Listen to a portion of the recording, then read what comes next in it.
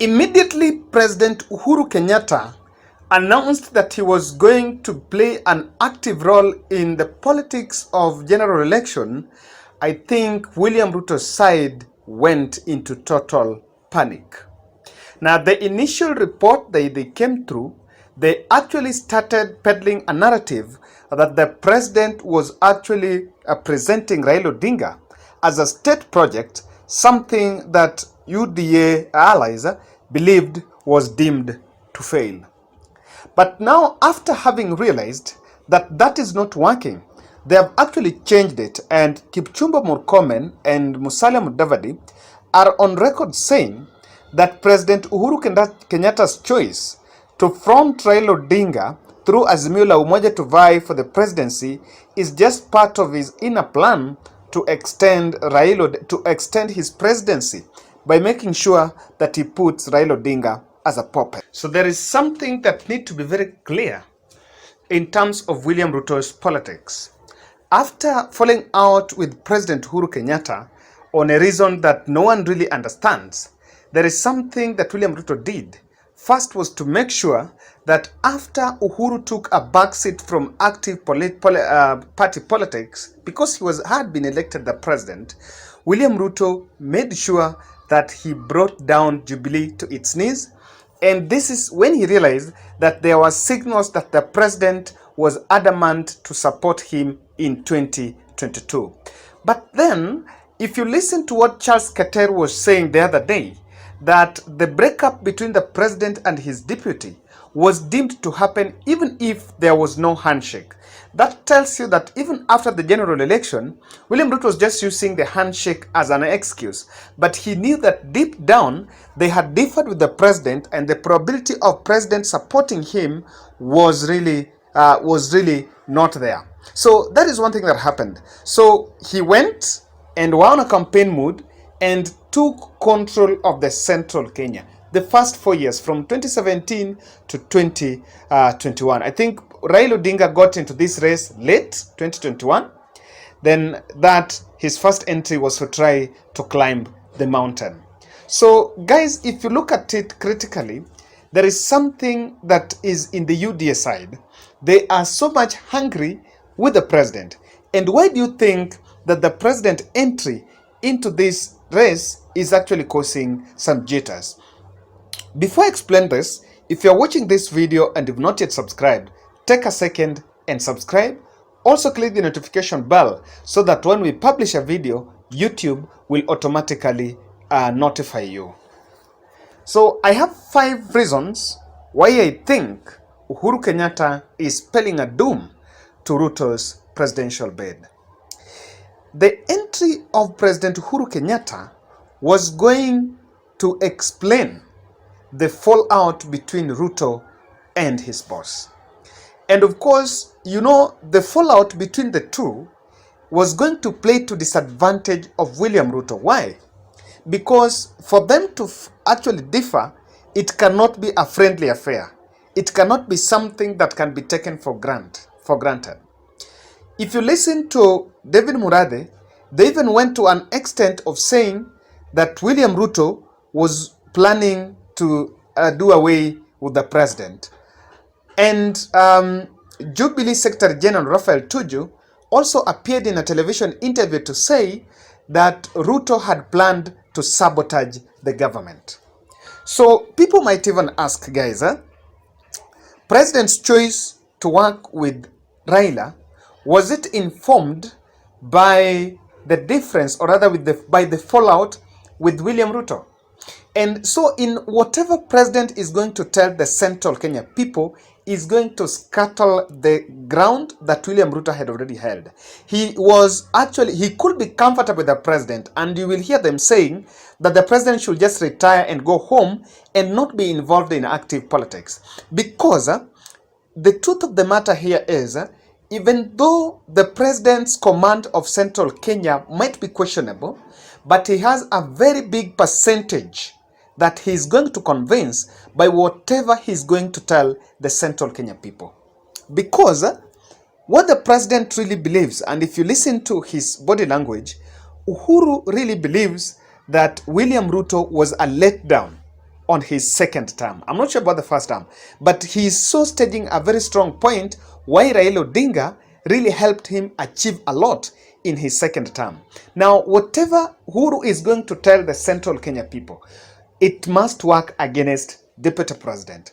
And in my own speculation, there is something that had come out that the president team had actually mentioned that that Ruto sabotaged the government through the corruption that were witnessed in the first term, bit of insubordination, and was not also helping the president achieve his legacy. So that is one of the reasons why they are so obsessed by opposing the president.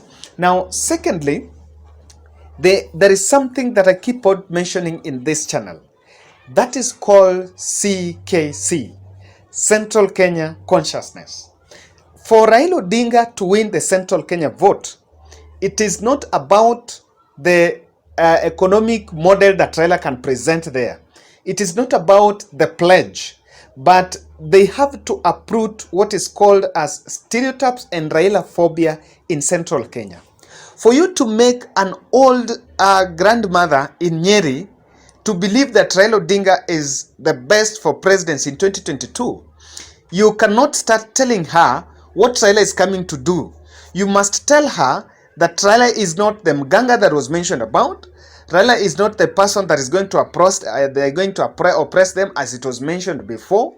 So the Central Kenya consciousness, the person who must lead that is President Uhuru Kenyatta.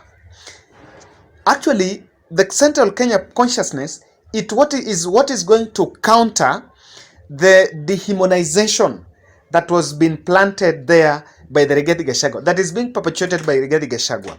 William Ruto's script in 2022 is to make sure that the people that hated Raila in Central Kenya continue to hate Raila.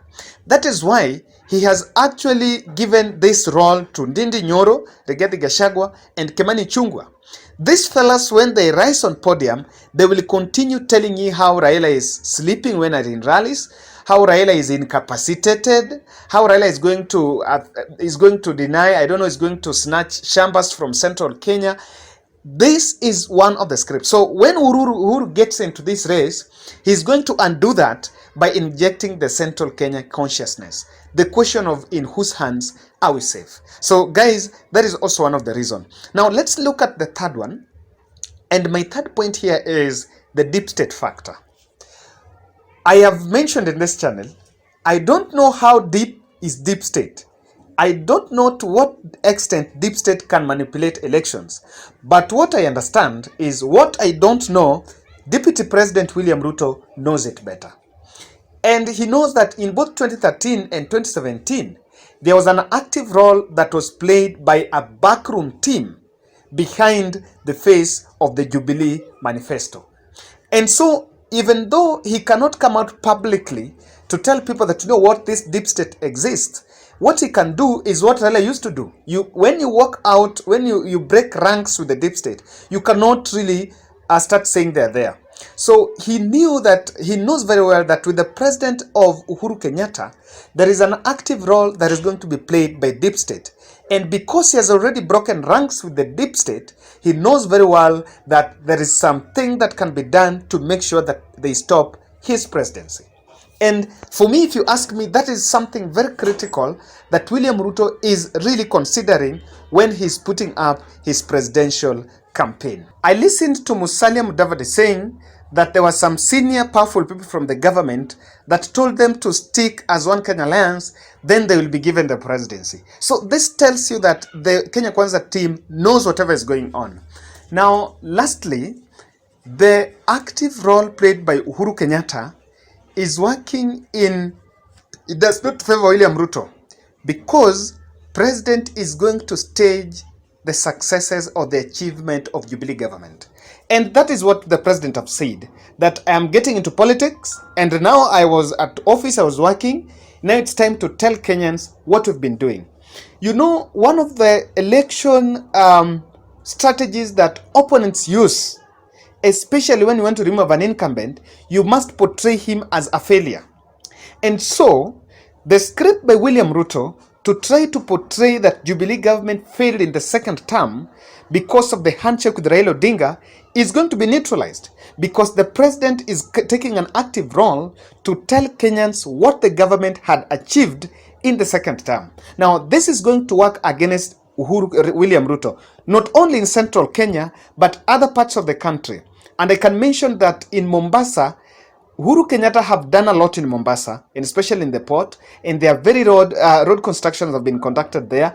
In other parts of the country, especially also in Western, it is going to be very easy for Uhuru to do those rallies, those tours, and tell people what Jubilee have done. The moment he's telling people successes, what William Ruto will be telling the residents about the failure of Jubilee government is going to land in deaf ears. Guys, that's my analysis on why I think that William Ruto's side do not support this issue of president playing an active role. Do you believe that the president should play a passive role? I don't know. Today in Nyeri, William Ruto have told the residents that he's ready to only serve one term. What do you think about it?